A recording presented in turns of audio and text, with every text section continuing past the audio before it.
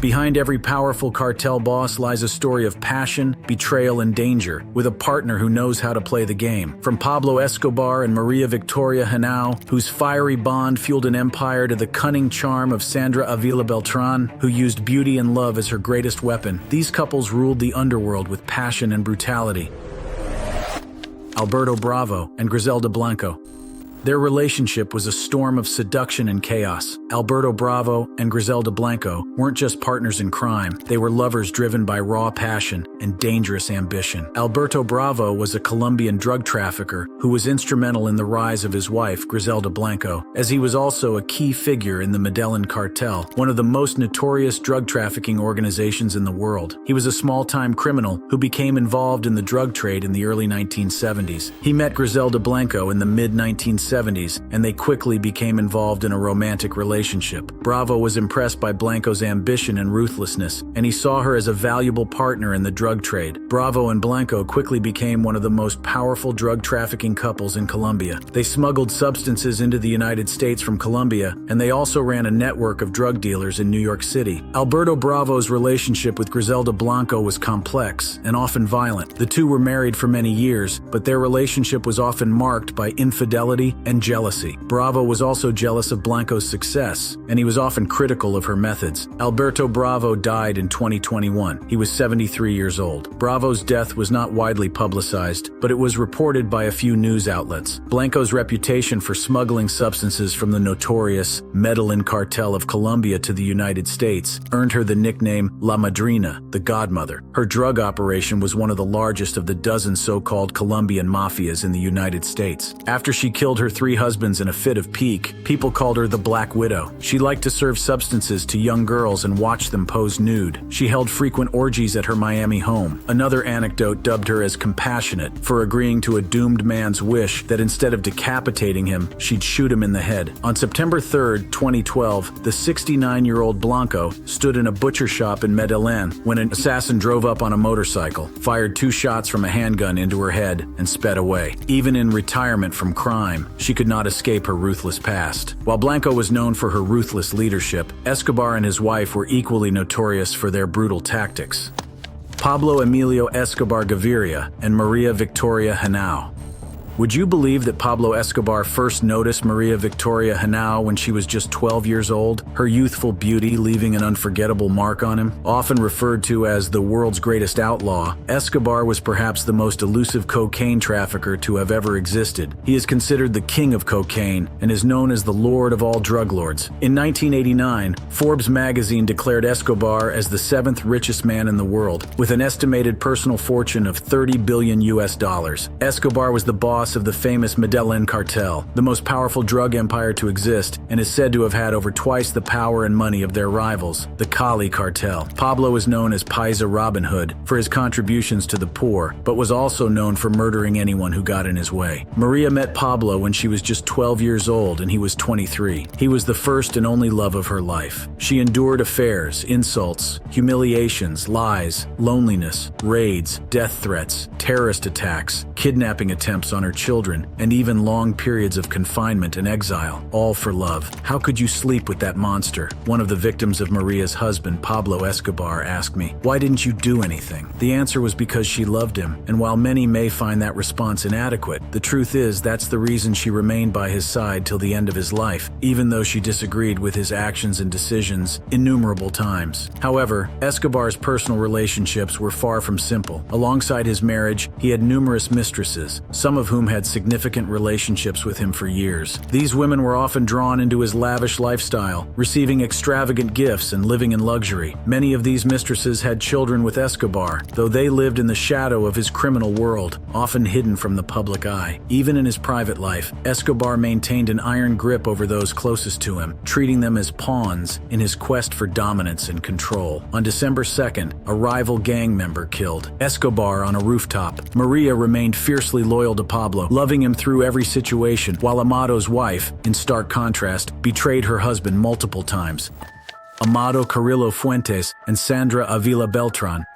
In a dim Mexico City nightclub, Sandra Avila Beltran's emerald eyes searched for her next conquest to seduce. When they locked up with the notorious drug lord Amado Carrillo Fuentes, a dangerous spark ignited. Sandra didn't have a chance at a normal life. She was practically born into the Sinaloa cartel. Her mother's family was run by notorious heroin smugglers. Her father, Alfonso Avila Quintero, was the brother of Guadalajara cartel leader Rafael Caro Quintero. When she was 21, Sandra started dating Amado Carrillo Fuentes, the boss of the Juarez cartel. Around the same time, she became a prominent figure in the Sinaloa cartel, overseeing a legal substance shipment to the United States. Her relationship with Fuentes didn't last long, but she'd have many more, and her 2 marriages would be more tactical than romantic. Her husbands were former police commanders turned traffickers. These men knew the ins and outs of navigating the Mexican criminal underworld, and their insights helped her dodge the law and become a major player in the drug smuggling trade. Another one of her rumored lovers was El Chapo himself. No one knows just how romantic their relationship was, but one thing is certain: they were once very close, and Sandra was head of public relations for the Sinaloa cartel. Then Sandra had yet another tumultuous affair with Juan Diego Espinoza Ramirez, also called the Tiger. The Tiger had strong connections to the Norte del Valle cartel in Colombia. This was just the open door Sandra needed. Colombian and Mexican cartels were now united, and she was making more money for Sinaloa than ever before. Sandra got her nickname the Queen of the Pacific. She also got hundreds of officers on her tail, working hard to arrest her and bring down the Sinaloa cartel. She lived 6 years on the run and suffered the kidnapping of her son as a result of her violent means of negotiation. After Sandra's story, we have another famous cartel couple, El Chapo and Emma Coronel Aispuro.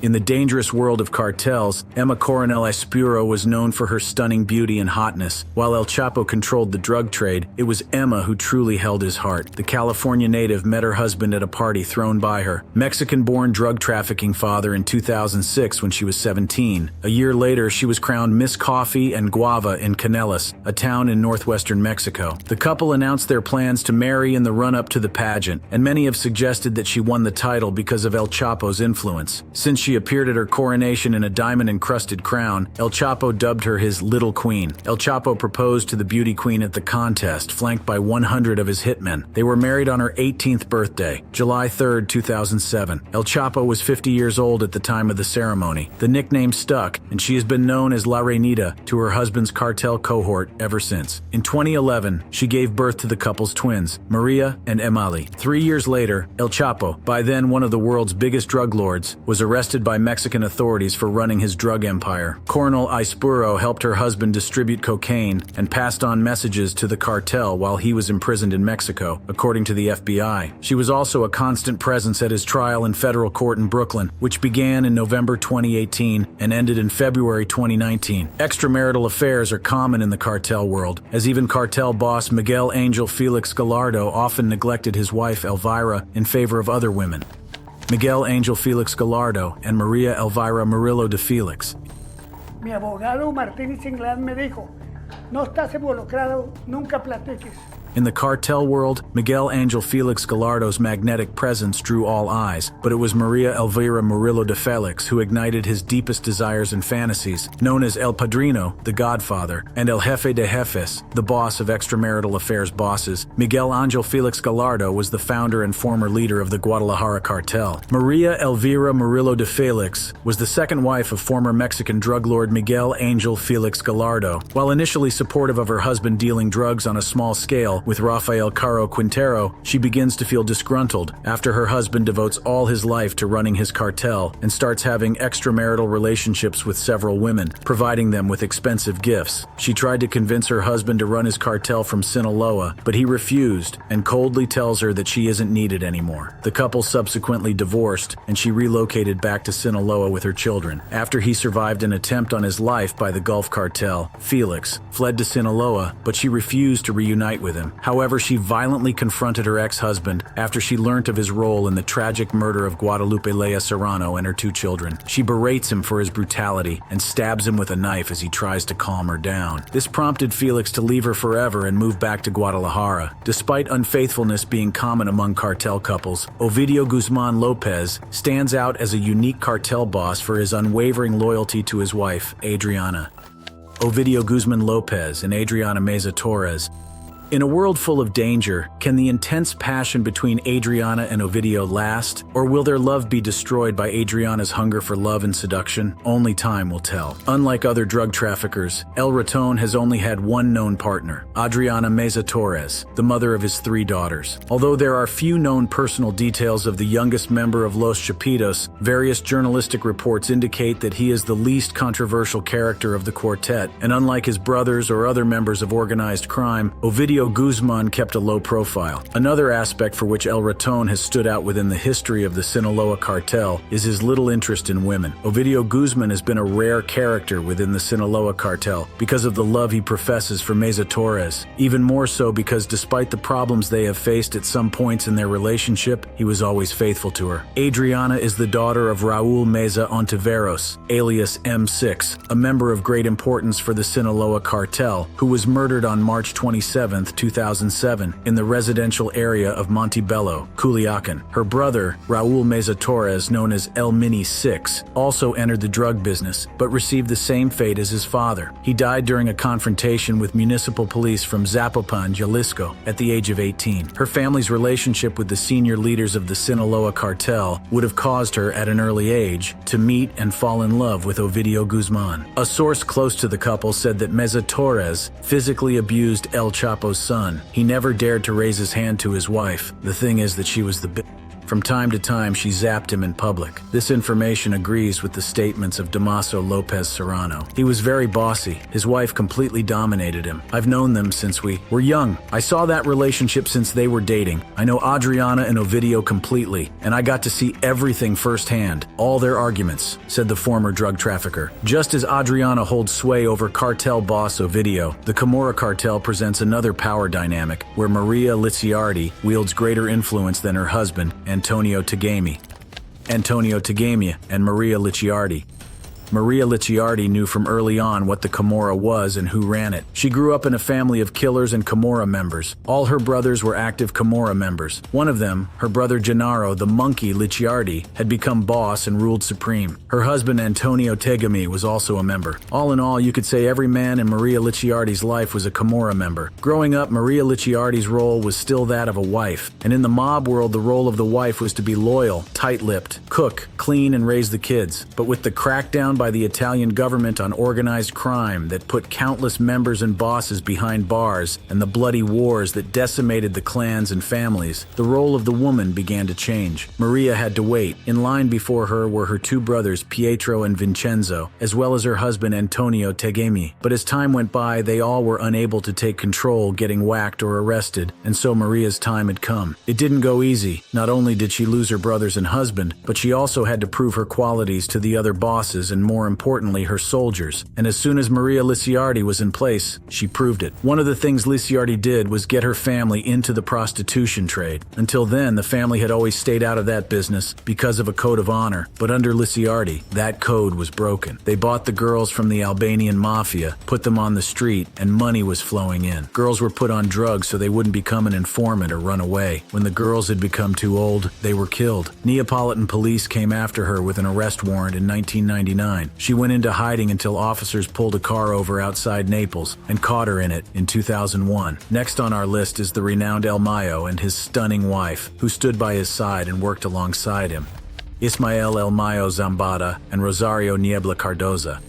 Ismael El Mayo Zambada's magnetic charm drew many women to him, but it was Rosario Niebla Cardoza's irresistible beauty that set his heart racing. With El Chapo in jail, and rather unlikely to be out anytime soon, a new boss was needed for the Sinaloa cartel. Guzman's sons would take on more responsibility, and his wife Emma certainly pitched in, but the throne could only accept one man, Ismael El Mayo Zambada, El Chapo's longtime partner and friend. El Mayo may not be a progressive man in many areas of life, but when it comes to women and organized crime, he's a veritable feminist and certainly not sexist when it comes to women working for the cartel. El Mayo's wife, Rosario Niebla Cardoza, as well as all of his 4 daughters, Maria Teresa, Miriam Patricia, Monica del Rosario, and Modesta, all work for the family business, helping distribute narcotics and, more importantly, launder cash. Ismael El Mayo Zambada and Rosario Niebla Cardoza shared a partnership that went far beyond the cartel's shadowy corridors. Rosario, often described as breathtakingly beautiful, was not just El Mayo's wife, but also his confidant and ally in the dangerous world of drug trafficking. Her allure was matched by her cunning, making her an irresistible and powerful figure by his side. While El Mayo commanded respect, Rosario captivated and commanded hearts, making their partnership a blend of dominance and seduction that left an indelible mark on cartel history. Cartel women are often very beautiful, and Clara Elena Labarin was no different. Her husband, Hector Beltran Leyva, treated her like a trophy because of her beauty.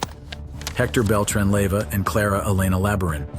In 2016, authorities arrested Clara Elena Labarin, a former beauty queen from Sonora State who had married Hector Beltran Leyva, El Chapo's former partner in the Sinaloa cartel. Labarin is known as La Señora, or the Mrs., because her husband treated her like a trophy bride. In 2008, Beltran Leyva broke with El Chapo and formed his own cartel after his brother and business partner Alfredo was arrested by Mexican authorities. Beltran Leyva suspected that El Chapo had snitched on his sibling to authorities, so he launched a bloody war against the Sinaloa cartel. Labarin was enlisted to direct the money laundering component of her husband's Beltran Leyva cartel. In 2010, she was kidnapped by a rival group and photographed in captivity, blindfolded and with her feet and hands bound, with automatic rifles pointed at her. After 13 days, she was released and returned to manage the cartel's finances. 4 years later, when her husband was arrested, Labarin became the head of the cartel, launching one of the bloodiest waves of violence in Acapulco. Hers was a brutal campaign for dominance that turned the resort city into Mexico's murder capital. Tourists were caught in the crossfire and forced to step over bullet-riddled bodies on beaches as the Beltran Leyva cartel fought their rivals in the independent cartel of Acapulco. Labarin said she is no longer part of the cartel. Women in the cartels have shown that they can be as brutal as some of the men, Almonte said. Let's take you to Mexico, known as the home of organized crime and cartels. Here, the El Mencho couple founded the CJNG, spreading fear worldwide with their brutality. Nemesio El Mencho and Rosalinda Gonzalez Valencia. Nemesio El Mencho Oseguera's strong presence was matched by the seductive beauty of Rosalinda Gonzalez Valencia, who could enchant anyone. Born into poverty in Mexico, El Mencho grew avocados and dropped out of primary school before immigrating illegally to the U.S. in the 1980s. He eventually climbed to the top of the criminal organization and founded the CJNG after several of his bosses were arrested or killed. His notoriety is also a result of his aggressive leadership and sensationalist acts of violence against both rival criminal groups and Mexican security forces alike. Rosalinda Gonzalez Valencia, also known as La Jefa, married one of the DEA's most wanted drug traffickers, Nemesio El Mencho Oseguera Cervantes. Nemesio El Mencho and Rosalinda Gonzalez Valencia were a powerful couple whose partnership blended danger and desire. Rosalinda, with her striking looks and commanding presence, was more than just the wife of a feared cartel leader. She was a force to be reckoned with. El Mencho's obsession with her went beyond love, as her intelligence and allure became central to their empire's rise. Together, they ruled the CJN cartel with an iron fist, their passionate bond fueling their reign of terror. Their children, particularly their daughter, Jessica Johanna, and son, Ruben Oseguera Gonzalez, known as El Menchito, played significant roles in the CJNG. Jessica, often seen flaunting her lavish lifestyle, became a symbol of their wealth and influence. Meanwhile, El Menchito was groomed to be his father's successor, actively participating in the cartel's operations. Beyond El Mencho, another infamous name in the world of cartels is Pedro Flores, who along with his twin brother Margarito, ran a major drug trafficking operation. Pedro Flores and Viviana Lopez.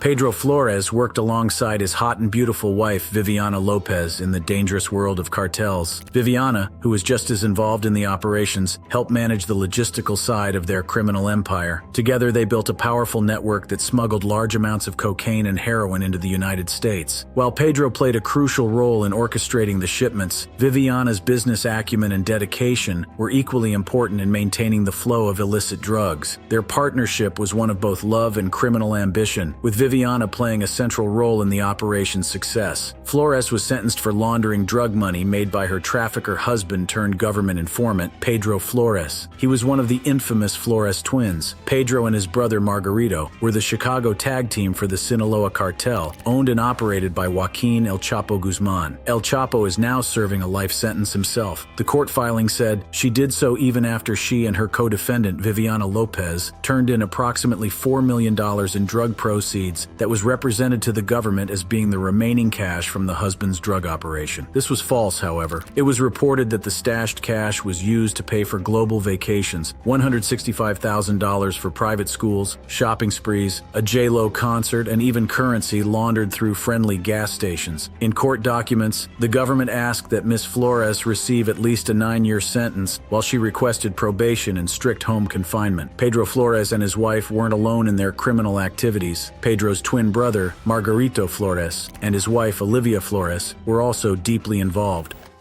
Margarito Flores and Olivia Flores.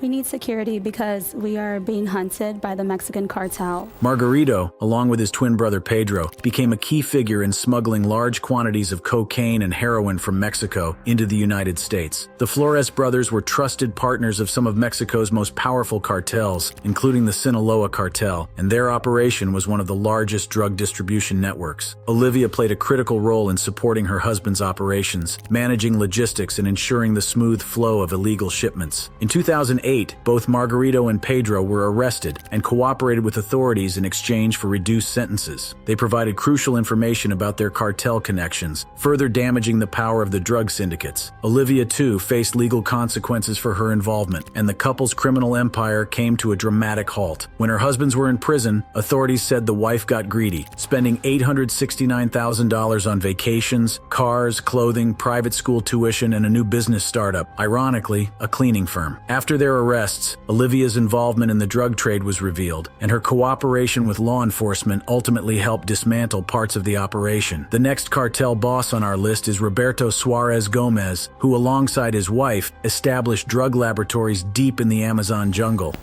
Roberto Suarez Gomez and Ada Levy Martinez.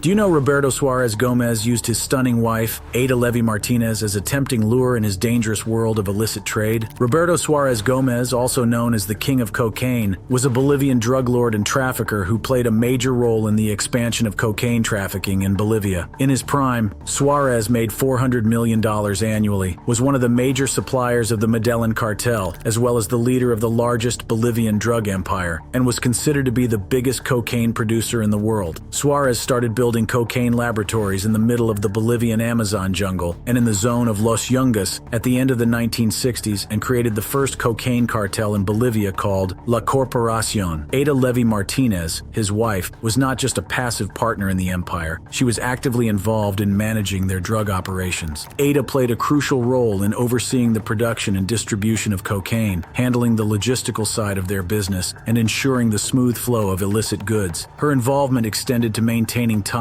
with other cartel members and ensuring the safety of their operations, often working behind the scenes to protect the couple's interests. The couple had 4 children, Roberto, Gary, Heidi, and Harold Suarez Levy. Suarez's son, Roberto Robbie Levy, was killed by Bolivian police and DEA agents on March 22, 1990 in Santa Cruz. On Thursday evening, July 20, 2000, Suarez died from a heart attack in Santa Cruz, Bolivia, weeks before his death. In a TV interview, Suarez expressed remorse for his crimes and stated, "The worst mistake I ever made in my life was to have gotten involved in cocaine trafficking." Suarez was buried in a small niche in Cochabamba. Following Suarez and Ida, we have CJ&G boss Julio Alberto Castillo Rodriguez, whose wife was his strongest ally. Julio Alberto Castillo Rodriguez and Jessica Johanna Oseguera Gonzalez. Like El Mencho, his daughter was very sexy and hot, and she ruled the crime world along with her husband Julio through power and seduction. Julio Alberto Castillo Rodriguez, commonly referred to by his alias Ojo de Vidrio, is a Mexican high-ranking leader of the Jalisco New Generation Cartel, a criminal group based in Jalisco. He is the son-in-law of Nemesio Oseguera Cervantes, known as El Mencho, one of Mexico's most wanted drug lords. He was reportedly responsible for managing money laundering schemes for the CJNG. His personal life, especially his marriage to Jessica Johanna Oseguera Gonzalez, added another layer to his notorious image. Their married life was intertwined with the criminal activities of the CJNG, with Jessica playing a key role in maintaining and expanding the cartel's influence. While much of their personal life remained private, it is clear that Jessica's deep ties to her father's criminal empire and her support for Julio were essential in their partnership. The couple's marriage was not only a personal bond, but also a strategic alliance that helped maintain the cartel's operations Rodriguez and reinforced the Oseguera family's dominance in the world of organized crime. Subsequently, on April 6, 2016, now in Guadalajara, Jalisco, federal agents arrived at home and arrested Castillo Rodriguez, as well as two of his companions, Edgar Ernesto Moreno Barragan and Jose Antonio Rodriguez Contreras. On the 20th of October 2016, Castillo Rodriguez's wife issued a writ of amparo to prevent her arrest and deposited $24,000 in bond insurance. This request was submitted through an appeal court in Jalisco. She had previously issued another writ of amparo against the National Banking and Securities Commission after the PGR froze her bank accounts as part of an investigation. She owned a sushi restaurant chain in Guadalajara and Puerto Vallarta, a rental cabin business in Tapalpa, and a tequila company in Tepatitlan. Investigators believed that she was laundering money for the CJNG through these businesses. 2 months later, on the 30th of December 2016, an appeal court denied her writ of amparo. The last on our list is Manuel Noriega, a Panamanian cartel boss who married a school teacher, captivated by her beauty. Manuel Noriega and Felicidad Sierro. Manuel Noriega was drawn to Felicidad Sierro's irresistible beauty, igniting a fiery passion between them. Manuel Noriega, once the powerful leader of Panama, was deeply involved in the world of drug trafficking. Using his position as the head of the Panamanian military, he controlled the country's drug trade and worked closely with notorious cartels like Medellin and Cali. His influence in the illegal cocaine market helped him amass a massive fortune. Despite his ties to U.S. intelligence agencies, Noriega's relationship with the United States became strained when his criminal activities grew more apparent. This led to the U.S. invasion of Panama in 1989, which ultimately ended his rule. In the late 1960s, Noriega married Felicidad Sierro, a school teacher, and they had 3 daughters, Lorena, Sandra, and Thais. Felicidad came from a Basque family, and her relatives were not pleased with her choice of Noriega as a husband, especially as his power grew and his criminal activities became more well known. Noriega, known for his affairs, was unfaithful to Felicidad throughout their marriage. This caused tension between them, and at one point, Felicidad considered divorcing him. However, she later decided against it, possibly due to the complexities of their life together and Noriega's influence. As Noriega's power grew, so did his reputation as a cartel boss. He wasn't just a military leader, he controlled the drug trade, making huge profits from smuggling cocaine. His rise to power, however, came at a heavy personal cost. Felicidad was caught in the middle of Noriega's double life, a public leader and dangerous criminal. Despite his betrayal and the constant struggles in their marriage, she remained with him until his eventual fall from power, showing the complicated reality of their life together. That's it for today's look at cartel bosses and their wives. What do you think about these powerful relationships? Let us know in the comments, and be sure to click on the cards on the screen for more interesting videos.